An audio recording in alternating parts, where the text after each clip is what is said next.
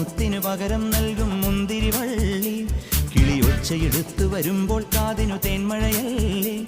അലകടലും കാറ്റും കാമിക്കില്ലേ.